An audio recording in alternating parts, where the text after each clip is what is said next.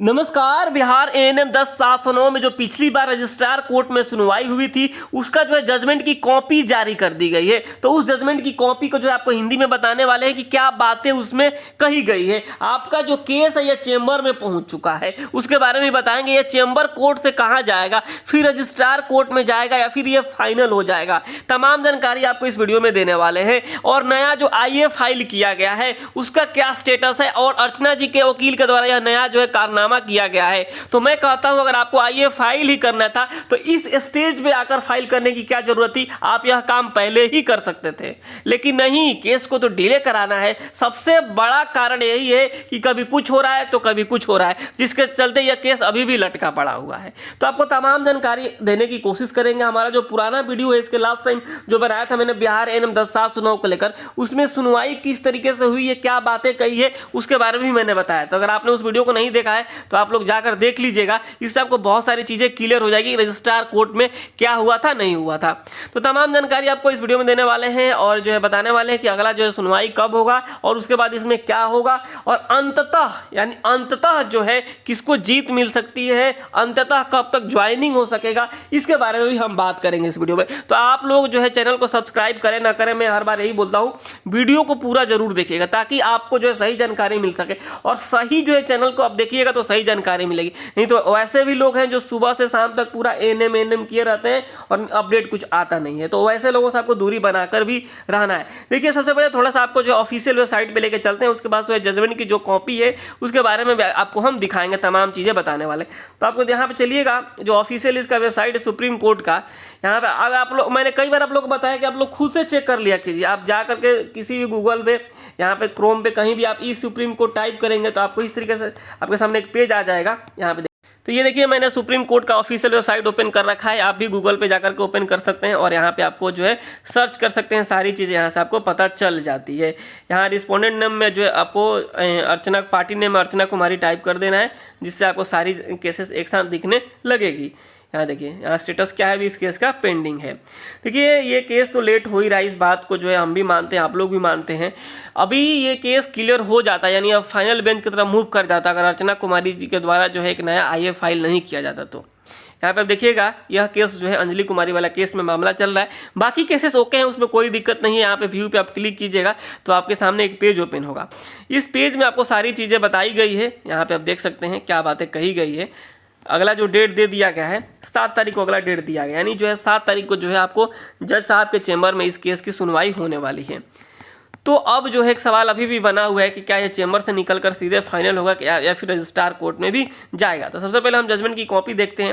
यहाँ पे आप देखिएगा जजमेंट या फिर ऑर्डर्स पे आप क्लिक कीजिएगा तो आपके सामने ये कॉपी जो है डाउनलोड हो जाएगा। इसको आपको ओपन करके सारी चीज़ें देख लेनी है कि इसमें क्या बातें कही गई है, उसके बाद से हम आगे बढ़ जाएंगे। ये देखिए, यहाँ पे लिखा गया है सारी बातें। यहाँ पे कौन कौन से उस दिन गया उपस्थित हुए थे, देवेंद्र कुमार शुक्ला हो, अभिषेक कुमार सुमनु, या तमाम लोगों के जो है नाम दिए गए हैं।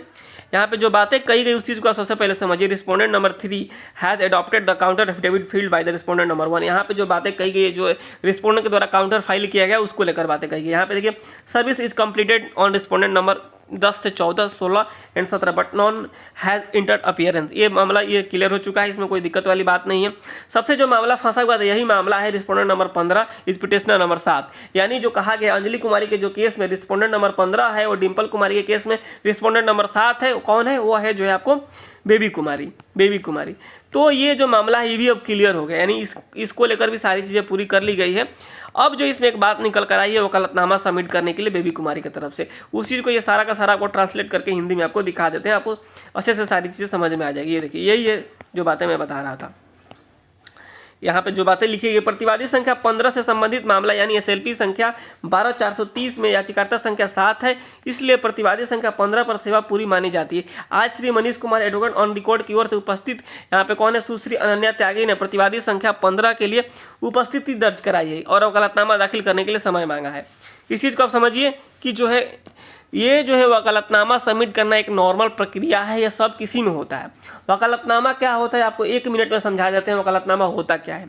देखिए, वकालतनामा क्या होता है कि आप जब कोई केस लड़ते हैं सुप्रीम कोर्ट में या हाई कोर्ट में, कहीं पे भी किसी भी कोर्ट में, तो आपके तरफ से कोई वकील अपीयर होते हैं, चाहे वो आप पिटिशनर हो चाहे वो आप रिस्पोंडेंट हो, तो आप क्या करते हैं, आप किसी को नियुक्त करते हैं, किसी वकील को नियुक्त करते हैं और वकालतनामा उस तरीके से एक जो है आप समझिए कि एक तरीके से एग्रीमेंट ही समझिए आप इसको, कि आपको नियुक्त कर दिया जाता है किसी वकील को कि जो भी बात हम बोलना चाह रहे हैं, जो बातें हमारी हैं वो हम अपनी बात वकील के माध्यम से कहेंगे। यही चीज़ होता है वकालतनामा। तो इसको लेकर यानी रूबी कुमारी का जो बात है, सॉरी बेबी कुमारी वाला जो बात है, यह बात जो है अब मनीष कुमार शरण के द्वारा बातें कही जाएगी, उसके लिए एक वकालतनामा सबमिट किया जाना है। अब जो क्या होता है, एक बात निकल कर आती है, इसमें 4 सप्ताह का समय दिया गया। ये नॉर्मल सी प्रक्रिया है जो किसी भी मामले में 4 सप्ताह का समय दिया जाता है। जैसे कि वहाँ पे आप अर्चना कुमारी के वकील ने काउंटर एफिडेविट नहीं सबमिट किया था, तो उस समय भी उनको 4 सप्ताह का समय दिया गया था। तो इसमें कोई परेशान होने वाली बिल्कुल भी बात नहीं है कि किसी ने 4 सप्ताह का समय मांगा है, ऐसा कोई बात नहीं है। कोर्ट की नॉर्मल प्रक्रिया है और 7 तारीख को जो है चैम्बर में सुनवाई होने के बाद से यह केस एक बार रजिस्ट्रार कोर्ट में लग सकता है, उसके बाद ये फाइनल होगा। यानी आप लास्ट जनवरी में मान के चलिए कि जो लास्ट जनवरी में इसका जो है फाइनल आपको हेयरिंग या फिर फाइनल कोर्ट में ये देखने को मिल सकता है। इसमें अब कोई जो है कोई दिक्कत होने वाली बात नहीं है। जनवरी लास्ट में ये चीज़ें आपको निकल कर आ जाएगी। सबसे ज़्यादा जानने वाली यह बात है कि जो बातें कही गई है, प्रतिवादी संख्या 1 और 3 के वकील यानी अर्चना कुमारी के वकील ने पक्षकार बनने की मांग करते हुए एक आवेदन दायर किया है। यानी जो इन्होंने और लोगों को भी रिस्पोंडेंट बनाने की कोशिश करी आईए के माध्यम से। क्या होता है, कई बार ऐसा लोगों के मन में डर बना रहता है, आप समझिएगा मेरी बात को क्या मैं कह रहा हूँ। कई बार ऐसे होते हैं कि जो डर बना रहता है कि हम जो है रिस्पोंडेंट बन जाते हैं, पिटिशनर बन जाते हैं, तो क्या पता हमें ही केवल फायदा मिल जाए। उसी डर का ये भी हमको नतीजा लग रहा होगा कि नहीं, अगर क्वालिफाइड की जीत हो रही है। आप लोग समझिएगा हमारी बात को, हम क्या कह रहे हैं और क्या कहना चाह रहे हैं। देखिए ऐसा लग रहा है कि यहाँ पे भी डर का माहौल बन चुका है कि अगर क्वालिफाइड की जीत होती है और जो लोग नॉट क्वालिफाइड में रिस्पोंडेंट हैं, 10-20 लोग जो भी रिस्पोंडेंट हैं, उनको जज साहब के द्वारा कह दिया जाता है कि चलो भाई जो भी हमारे शरण में आया है नॉट क्वालिफाइड भी है, फिर भी हम उसको जॉब दे देते हैं, ऐसी बात है। और बाकी सारा का सारा सीट क्वालिफाइड के द्वारा भरा जा सकता है। ऐसी भी कई तरीके की बातें निकल कर आ रही है जिसके चलते ये सारी चीज़ें की गई है। कुछ लोगों को और रिस्पोंडेंट बनाया गया है कि क्वालिफाइड जीत भी जाए तो 10-20 लोगों की नौकरी नॉट क्वालिफाइड का हो जाए। ये चीज़ें आपको जो देखने को मिल सकती है। तो ये सारी चीज़ें, इसमें आपको परेशान होने की ज़रूरत नहीं। इस तरीके की जो बातें निकल कर आई है मैंने आपको बता दिया है। तो अब कुल मिलाकर अगर जो है नया ये आईए फाइल नहीं किया गया होता तो अब तक ये केस फाइनल में मूव कर जाता। हालांकि आईए फाइल करने की वजह से, क्योंकि इसको जो एक्सेप्ट करना और जो है रिजेक्ट करना, ये जो है चैम्बर कोर्ट का मामला है, वहीं पे ही होगा। रजिस्ट्रार कोर्ट से ये मामला क्लियर नहीं होता है कि जो है जो आईए है उसको हम ओके करें या नॉट ओके करें। तो इसलिए मामला जो है चैम्बर कोर्ट में चला गया। यानी कुल मिलाकर आपको समझिएगा इसके चलते ही जो यह केस और 15 से 20 दिन डिले हो गया। लेकिन आप जनवरी में ये मान के चलिए कि यह केस फाइनल की तरफ मूव कर सकता है और इसमें फाइनल हियरिंग हो सकती है। सबका कहना यही है।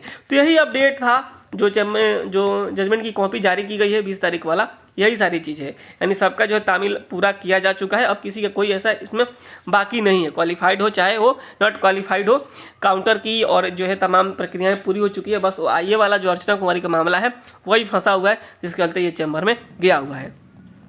संभवतः आप सभी को सारी जानकारी मिल गई होगी कि जो है यह केस कब तक फाइनल होगा। मैंने आपको बता दिया, यह जनवरी लास्ट तक जो है आपको फाइनल बेंच की तरफ मूव कर सकता है, जनवरी वाला। और उसके बाद से जो है आपको 1 से 2 हेयरिंग होगा और ये केस क्लियर हो जाएगा। देखिए ये केस क्लियर हो जाएगा तभी जो है नई भर्ती भी आएगी और तमाम चीज़ें भी होगी बिहार एनएम 10 शासनों को लेकर। देखिए कोई भी क्वालिफाइड है, आपको बिल्कुल होपलेस नहीं होना है। सुबह शाम वाली वीडियो देख करके उसका वही काम ही होता है जो सुबह शाम लेकर के होपलेस करना सभी क्वालिफाइड को। आप लोग क्वालिफाइड हैं, आप धैर्य बना के रखिए बिल्कुल। अगर एग्जाम पास वालों को नौकरी नहीं होगा तो किसका नौकरी होगा। एक देखिए जज साहब को छोड़ दीजिए, एक नॉर्मल आदमी से ये बात पूछ लीजिएगा ना कि एक व्यक्ति है जो क्वालिफाइड है और एक व्यक्ति है जो क्वालिफाइड नहीं है, किसको नौकरी होना चाहिए, तो बिल्कुल उसका जवाब होगा क्वालिफाइड को होना चाहिए। तो ये सारी चीज़ें सब समझी जाएगी, सारी देखी जाएगी और सारी बातें बोली भी जाएगी। तो जो भी अपडेट निकल कर आएगा मैं आप सभी को जरूर बताऊंगा। आप हमारे साथ कनेक्टेड रहे। अगर आप क्वालिफाइड हैं, किसी ग्रुप से ज्वाइन नहीं किए तो आप हमारे ग्रुप को भी ज्वाइन कर सकते हैं और पूरी की पूरी जानकारी जहाँ पर आपको दी जाती है और आने वाले दिनों में भी मिलेगी। तो फिलहाल इस वीडियो में इतना ही है बिहार एनएम 10/709 को लेकर के। आप जजमेंट की जो कॉपी है मैंने आपको बिल्कुल अच्छे से समझा दिया है, इसमें क्या बातें कही गई, कौन कौन उपस्थित हुए थे और क्या बातें हुई है। एक बार और थोड़ा सा आपको समरी बता दें कि जो आप समझिए क्वालिफाइड की तरफ से सारा चीज़ ओके हो चुका है, केवल नॉट क्वालिफाइड की तरफ से जो बातें कही गई एक आईए फाइल किया गया है, इसके लिए चैम्बर कोर्ट में लगा दिया गया है केस को, और चैम्बर से निकल कर एक बार रजिस्ट्रार में जा सकता है, फिर जनवरी लास्ट तक ये फाइनल इसका हो जाएगा। बस यही है, आपको ज़्यादा टेक्निकल बातों में पढ़ना भी नहीं है, कौन क्या कर रहा है नहीं कर रहा है। आप बिल्कुल शांति से रहिए और जो है बिल्कुल आपको सुबह शाम वीडियोस भी नहीं देखना। मैं बता रहा हूँ 2-4 दिनों के बाद ही मेरी वीडियो आएगी जिसमें कुछ अपडेट निकल कर आएगा, कोई बातें होगी, कोई सुप्रीम कोर्ट के वेबसाइट से चीज़ें निकल कर आएगी। तभी ऐसा नहीं कि मैं अभी कल सुबह उठूंगा और बोल दूंगा नहीं नहीं ब्रेकिंग न्यूज़, ऐसा कुछ नहीं होने वाला हमारे चैनल पर। तो आप सभी हमारे चैनल को सब्सक्राइब करना चाहते हैं जरूर कर लीजिएगा, जो भी सही जानकारी आती है मैं आप सभी को जरूर प्रोवाइड कराता हूँ। नमस्कार, धन्यवाद।